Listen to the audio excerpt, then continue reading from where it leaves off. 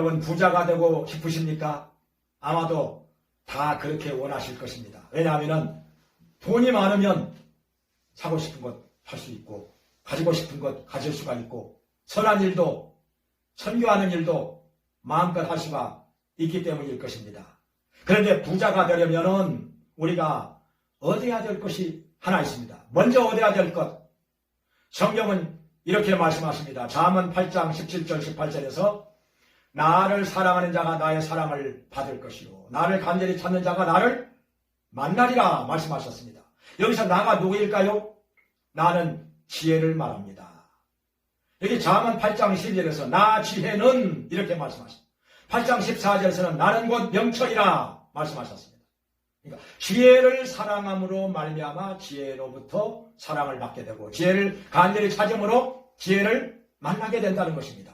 이렇게 지혜를 얻게 되면은 성경에 말씀하시기를 부귀가 내게 있고 장구한 재물과 의도 그러하니라. 그리고 재물을 창고에 쌓아놓게 되리라 말씀을 하셨습니다. 얼마나 좋습니까? 그런데 우리가 지혜를 얻으려면 어떻게 해야 될까요? 성경에서 분명히 말씀을 하십니다. 첫째로는 하나님을 경외하라는 것입니다. 하나님을 두려워하는 자는 말씀대로 삽니다. 순종합니다. 이것이 지혜의 근본이라. 거룩하신 자를 아는 것이 또한 명철이라. 잠언 9장 10절에서 말씀을 하셨습니다. 그런데 어리석은 자는 그 마음에 이르기를 하나님이 없다도다. 찾아보지도 않고 하나님 없다고 말합니다. 지혜의 근본이 없는 것입니다. 지혜로운 자는 하나님을 찾습니다. 하나님을 만나게 됩니다. 하나님을 경외하고 그 말씀대로 사는 자인 것입니다. 그래서 복된 삶을 살게 되는 것입니다. 두 번째로는 성경을 많이 읽습니다. 말씀 속에 지혜가 들어있기 때문입니다. 그 누구를 막론하고 성경을 많이 읽고 듣고 묵상하는 자는 지혜를 얻습니다. 학생들도 성적이 쑥쑥 올라갑니다. 사업하는 사람도 성공을 하게 됩니다.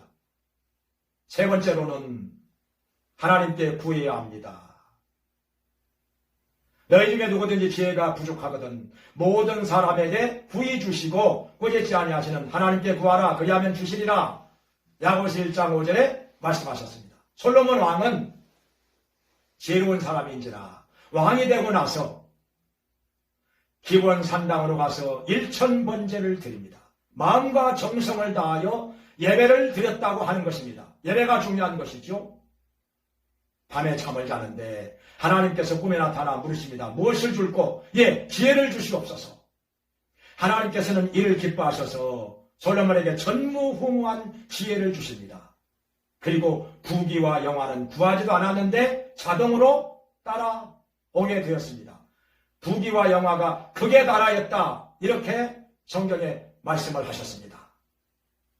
그리고 또 한 가지 지혜를 얻으려면 우리는 지혜로운 자를 만나야 합니다. 잠언 13장 20절에서 지혜로운 자와 동행하면 지혜를 얻고 이렇게 말씀하셨습니다. 지혜로운 자가 어디 있으면 땅끝까지라도 찾아가야 합니다. 만나야 합니다. 교제를 하고 물어보기도 하고 그래서 지혜를 얻어야 합니다. 요즘에 오마하의 현인이라고 하는 워렌 버핏 만나서 점심 식사 한 끼니 하는데 54억에 낙찰이 되었습니다. 두세 시간 식사하는데 54억. 그런데 식사하고 나면 지혜를 얻어가지고 100억에서 200억을 번다고 합니다. 무엇인가 있는 것이죠. 그 다음에 또 한 가지 우리는 책을 많이 읽어야 합니다. 책 속에 지혜와 지식이 들어있기 때문에 동서고금을 막론하고 책을 많이 읽은 사람은 어느 분야에서든지 성공을 했습니다.